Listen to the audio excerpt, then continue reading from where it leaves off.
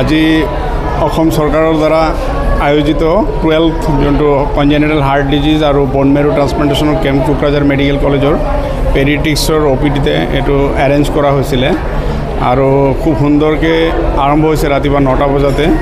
So মোটামুটি এতিয়া 116 জন registration হৈছে।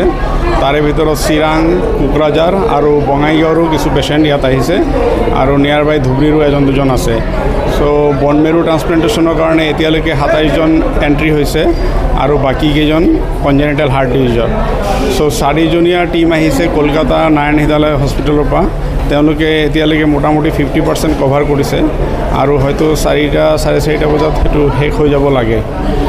মানুহৰ এৰেঞ্জমেণ্টৰ কাৰণে ৰাতিপুৱা পানী আৰু লাইট ব্ৰেকফাষ্টৰ ব্যৱস্থা কৰা হৈছিলে আৰু দুপৰীয়া লাঞ্চৰ কাৰণেও ব্যৱস্থা কৰা আছে প্ৰায় 150 মানুহৰ আৰু চিকিৎসকৰ কাৰণেও বেলেগকৈ খোৱা লোৱাৰ ব্যৱস্থা কৰা হৈছে। এতিয়ালৈকে কেম্প ধুনীয়াকৈ চলি আছে। আশা কৰোঁ যিবিলাক মানুহে ইয়াত কনজেনিটেল হাৰ্ট ডিজিজৰ যিখিনি চাৰ্জাৰী বা বন মেৰু ট্ৰান্সপ্লান্টেশ্যনৰ যিখিনি আশা লৈ আহিছিলে তাৰ দ্বাৰা এই কেম্পৰ দ্বাৰা উপকৃত হ'ব যেন লাগিছে আৰু তেওঁলোকে ডক্টৰে অলৰেডি এইটো কেটাগৰাইজ কৰি দিছে যিবিলাক পেচেণ্টৰ খুব সোনকালে অপাৰেশ্যন দৰকাৰ, সাধাৰণতে 1 মাহ 2 মাহৰ ভিতৰত। সেই পেচেণ্টবিলাকক কেটাগৰী কৰাৰ পিছত এওঁলোকক গুৱাহাটী মেডিকেল কলেজৰ হেড অফিচৰ পৰা মানে এইখিনি জনোৱা হ'ব তেওঁলোকক কেতিয়া কোনটো চেণ্টাৰলৈ পঠোৱা হ'ব। সাধাৰণতে কেলকাতা, মুম্বাই আৰু বেংগালুৰু এই 3টা চেণ্টাৰতে পঠোৱা হয়। কিছুমান কেছ গুৱাহাটীতো নাৰায়ণ হৃদয়ালয়ত কৰা হয়।